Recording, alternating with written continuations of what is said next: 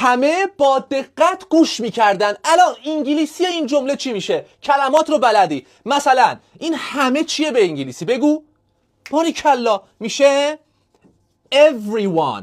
بریم جلو. همه گوش میکردن. این گوش میکردند کدوم زمانه؟ باریکلا. گذشته استمراریه. فرمولش چیه؟ یا was میگیره یا were میگیره و بعد فعل آفرین ing میگیره. نکتهش اینجاست. این everyone با was میاد یا were میاد؟ آفرین با was میاد، چون everyone همیشه در انگلیسی یک کلمه مفرده. پس was رو بر میداره. everyone was فعل گوش کردن میشه listen که اون ing رو میگیره، میشه everyone was listening. موند با دقت که اونم دیگه بلدین، میشه carefully. پس کل جمله چی میشه؟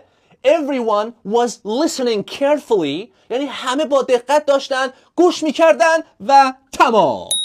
به همین سادگی. حالا شما توی کامنت ها بنویس همه با دقت داشتن مطالعه میکردن. همینو شما کامنت کن.